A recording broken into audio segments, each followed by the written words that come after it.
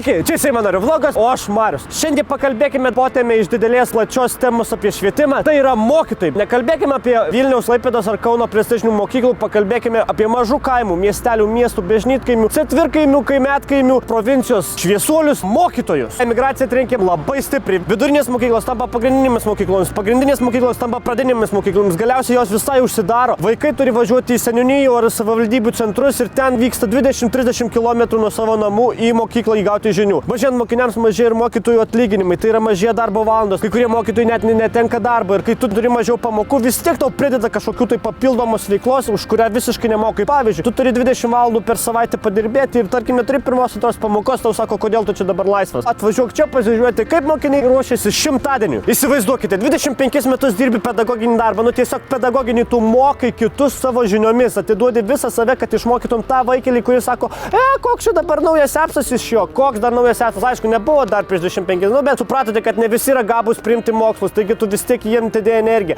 Ir galiausiai po 25 metų tau tiesiog nėra darbo. Kai 5 metai iki pilnos pensijos tu priversas emigruoti ir vykti ten į kažkokį užsienį, žiūrėti vištas, buliam, valyti šiknas, imti su šakėm jų šūdus ar pjaustyti ten tai žuvis, tiesiog pragyventum ir praegzistuotum, nes tavo šaliai tu esi jau nebereikalingas. Kai yra darbe tokia atmosfera, kai reikia tiesiog kovoti už buvį, tu tiesiog priversas yra konkuruoti su savo kolegomis, kad kuo daugiau pas tave ateitų mokinukų, tarkime, jeigu reikia rinktis rusų, vokiečių, anglų, kiekvienas nori, kad pas jį daugiau ateitų. Be to dar visokie iš tavęs spaudžia auditai, peržiūros, priežiūros, visokie komitetai, viską tik žiūri, kad tu tik kuo geriau atliktum savo darbą. Pavyzdžiui, koks nors mokinys, kuris nesimokė visus 11 metų, 11 klasėje sako, aš laikysiu, žinokit, jūsų egzaminą, nu gerai, ruoškis, tu matai, kad jis visiškai negabus ir visiškai neįmus, nu bet kažkaip tai paruoš. Bando, daro ir, sakykime, išlaiko, bet mažais pažymiais. O kodėl išlaikė mažais pažymiais, o negavo 10 ar ten 100, kiek ten tų balų dabar yra? Tai davai pažiūrim mokytojų, nes iš čia kaltas ir dar pridedam 30 auditojų kasdieną žiūrėti pamokas, tikrinti viską, tikrinti komitetai, viską peržiūrėti, dar išsukti, išspausti, kiek tai galima iš to mokytojus, dar kiek gali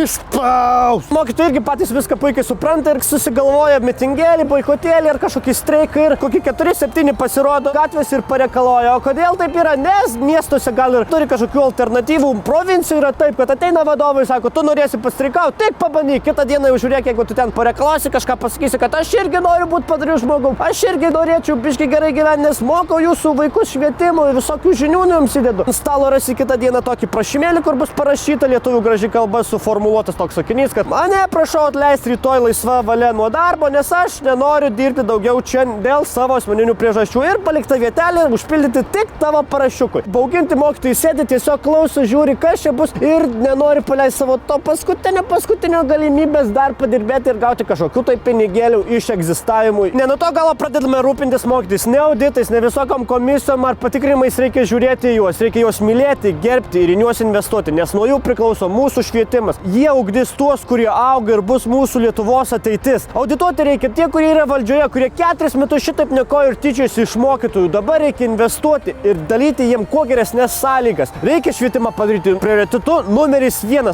Taigi, palaikyk mokytoją, pasidalink šiuo įrašu, užtagink mokytoją ir laimėk morkų rinkinį.